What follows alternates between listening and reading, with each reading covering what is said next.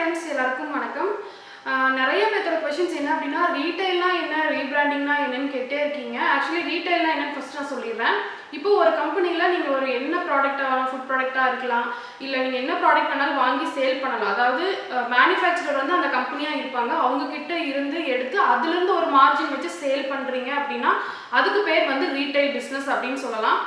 Rebranding அப்படினா நாங்க எப்படி பண்ணுவோம் அப்படினா एक्चुअली இதுதான் ப்ரொசீஜர் ரீபிராண்டிங்க்கு.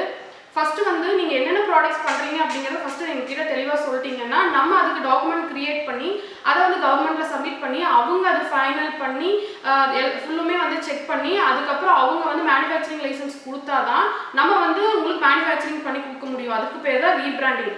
அதாவது ரீட்டைல்னா அந்த பிராண்டோட ஸ்டிக்கர் போட்டு நீங்க அப்படியே ஒரு மார்ஜின் வச்சு சேல் பண்ணிக்கலாம். ரீபிராண்டிங்னா அப்படி கிடையாது. உங்களுடைய பிராண்ட் நேம்ல நீங்க வந்து சேல் பண்ணிக்கலாம். ஆனா manufacturer வந்து நாங்களா தான் இருப்போம்.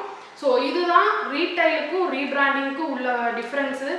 இன்னைக்கு மார்னிங் கூட ஒரு பொண்ணு கேட்டிருந்தாங்க ரீட்டைல்னா என்ன, ரீபிராண்டிங்னா என்ன, கண்டிப்பாக எனக்கு ஒரு வீடியோ போடுங்கன்னு கேட்டிருந்தாங்க. ஸோ அவங்களுக்குமே இது வந்து யூஸ்ஃபுல்லாக இருக்கும். ஸோ ரீட்டைல் அப்படின்னா ஒரு ப்ராடக்ட்டை ஒரு கம்பெனிலேருந்து வாங்கி அதுலேருந்து ஒரு மார்ஜின் வச்சு சேல் பண்ணால் அது ரீட்டைல்.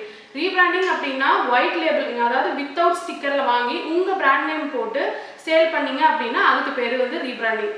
இந்த வீடியோ உங்களுக்கு ஓரளவு புரிஞ்சிருக்கும்னு நினைக்கிறேன். இதில் டவுட்ஸ் இருந்தால் கமெண்ட் பண்ணுங்கள். தேங்க்யூ.